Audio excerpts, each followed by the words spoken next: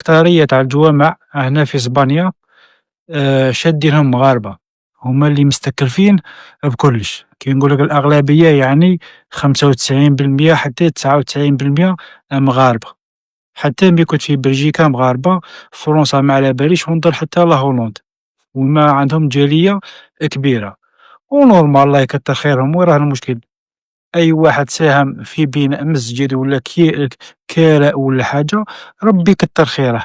هذا ما يعنيش باللي ما كانش جزائريين ولا ما كانش توانسة ولا ما كانش موريتانيين، كاين ولكن حاجة قليلة، واحد و زوج يعاونوا ولا مشاركين تما في الجمعية تاع الجوامع. وبالنسبة كاين واحد الناس ربي يهديهم، يقول لك اودي دايرينها تجارة، راك فاهم، يخونوا، ماشي شغلك خويا. باك باغي تعاون عاون، ماشي باغي تعاون ولا ما تقدرش تعاون، اسكت خويا، الهضرة الزيادة ماشي مليحة، وما تقيسش على رقبتك، ما شفتش بعينك، لو كنت معاهم اسكت خويا.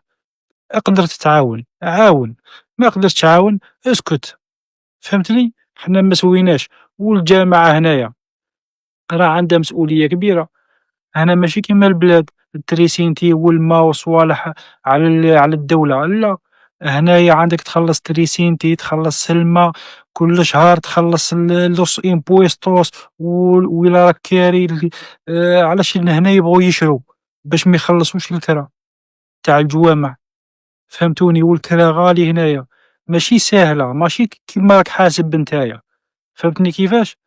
هذه هي بغيت نوضح هذه النقطة هذه.